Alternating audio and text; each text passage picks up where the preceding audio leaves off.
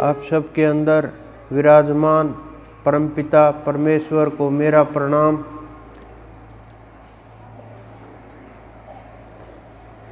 जीवन में परमात्मा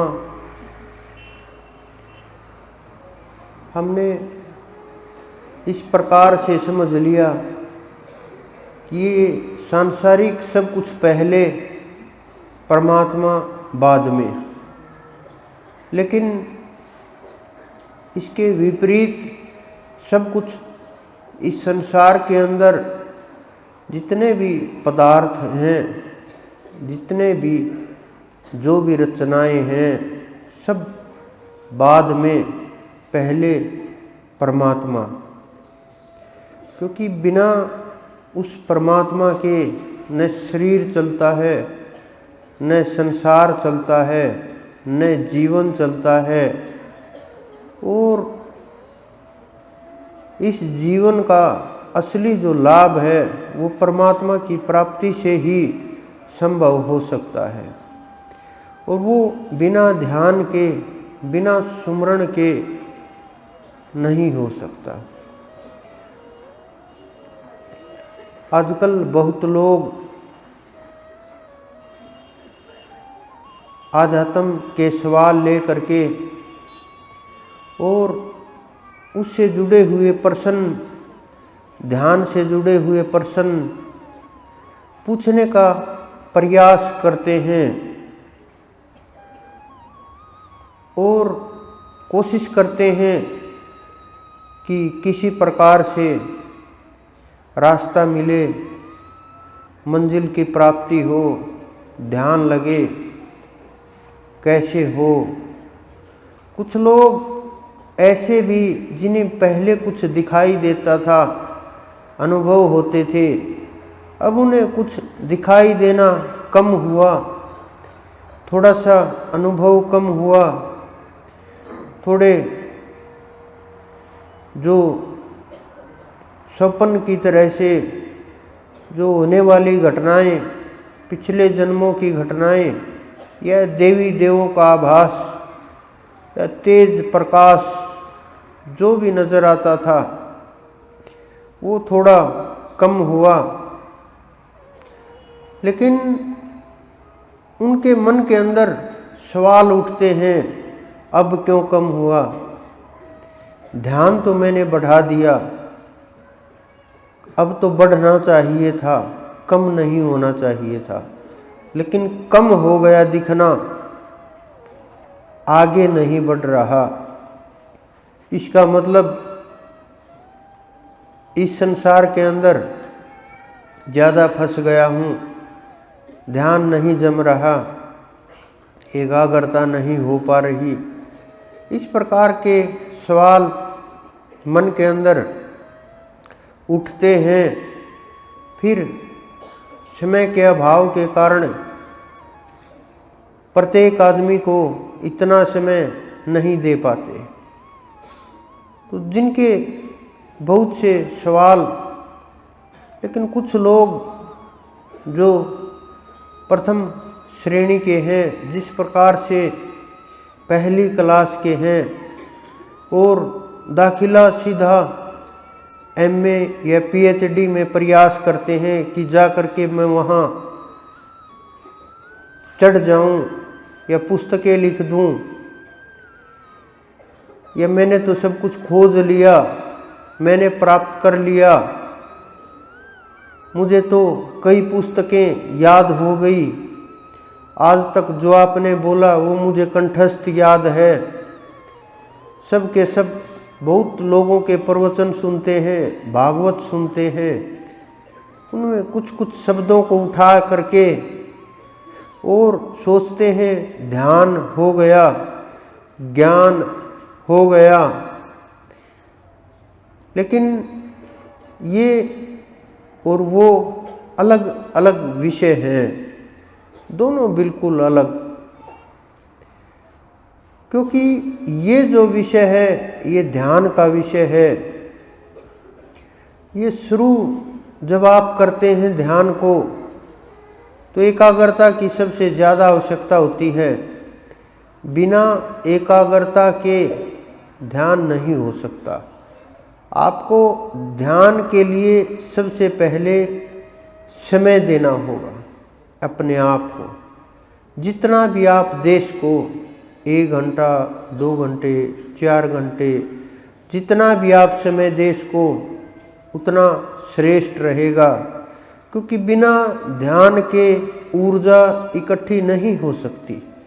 ऊर्जा इस संसार के अंदर मंत्र के द्वारा ऊर्जा इकट्ठी होती है, तंत्र के द्वारा ये ऊर्जा इकट्ठी होती है, योग के द्वारा ऊर्जा इकट्ठी होती है, और गुरु के द्वारा जो शक्तिपात किया जाता है उसके द्वारा ऊर्जा इकट्ठी होती है, और जो हम नाम सुमरण करते हैं उसके द्वारा ऊर्जा इकट्ठी होती है। ऊर्जा इकट्ठी करने के यही स्रोत हैं।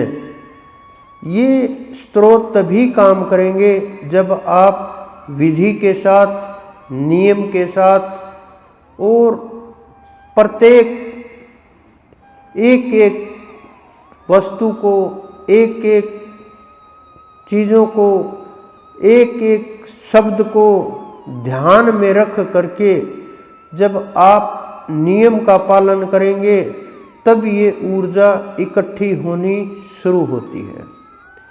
जब ये ऊर्जा इकट्ठी होती है, आप ध्यान करते हो, बहुत समय हो गया, आपने ऊर्जा इकट्ठी कर ली। बहुत लोगों ने देखा होगा जब ध्यान करते हैं, कभी सिर में दर्द, बैठ करके 2-4 घंटे उठे, एकदम सिर में बहुत ज़्यादा दर्द होता है, एकदम से उठे किसी भी अंग में दर्द शुरू हो जाता है, कहीं भी हवा सी चढ़ती हुई दिखाई देती है, महसूस होती है। कभी कभी पेट के ऊपर वाले हिस्से में ऐसा महसूस होता है जैसे सब कुछ रोक दिया गया हो, कि क्या कारण है। लेकिन आप इनको साधारण से रोग समझ करके समझ नहीं पाते। ये बहुत गहरी बातें हैं, कोई बोलेगा नहीं, क्योंकि ये चीज़ें, वस्तुएं अनुभव की हैं, और बिना अनुभव कम ही लोग बोलते हैं। जिन्हें अनुभव हुआ वो मौन हो जाते हैं और बाहर की कथा कहानियों में घुमा करके जीवों को ऐसे ही बिना भजन के इस संसार से विदा कर देते हैं। लेकिन जिनके पास परमात्मा ने, संतों ने, महापुरुषों ने जो रास्ता दिखाया और वो अक्षमता दी, वो जीवों को रास्ता दिखाते रहते हैं। तो जब ये ऊर्जा आप इकट्ठी कर लेते हो, बहुत ऊर्जा इकट्ठी हो जाती है, आप शरीर के अंदर अलग सा तेज अनुभव करते हो, अलग सा जोश अनुभव करते हो, अलग सी ताकत अनुभव करते हो, अलग सा खुशी महसूस करते हो। तो आप समझ लेना कि ऊर्जा का जो स्टोर है वो सुचारू रूप से चल रहा है और ऊर्जा इकट्ठी हो रही है। जब वो ऊर्जा भरपूर मात्रा में इकट्ठी हो जाती है, जितनी हमें आवश्यकता होती है, तरीका माध्यम चाहे कोई भी हो, फिर ऊर्जा को दिशा देने का काम गुरु का होता है। क्योंकि गुरु और शिष्य का जब तालमेल नहीं होगा, जुड़ाव नहीं होगा, दोनों का ध्यान एक नहीं होगा, दोनों एक दूसरे से जुड़े हुए नहीं होंगे। जिस प्रकार से ट्रांसफार्मर के ऊपर अगर आप तार नहीं लगाओगे, डोरी नहीं लगाओगे, तो वो लाइट नहीं चलेगी। कितना भी प्रयास करें नहीं हो पाएगा। लेकिन जब आप वहाँ डोरी लगा दोगे तो आपकी सप्लाई शुरू हो जाएगी। जब सप्लाई शुरू होगी तो आपके जो घर के जो भी उनसे जुड़े हुए बिजली से साधन हैं वो सब के सब चलने लगेंगे। उसी प्रकार से ये सब के सब जो आपके अंदर जितनी भी कोशिकाएं हैं, जितने भी सेल हैं, जो पढ़े लिखे लोग हैं वो समझ भी रहे होंगे, और जो अनुभव अभ्यास वाले लोग हैं वो भी समझ रहे होंगे। लेकिन कुछ लोग जिन्होंने अभ्यास नहीं किया या अभ्यास की शुरुआती दौर में हैं, उनको ये चीज़ें बड़ी मुश्किल से समझ में आएंगी।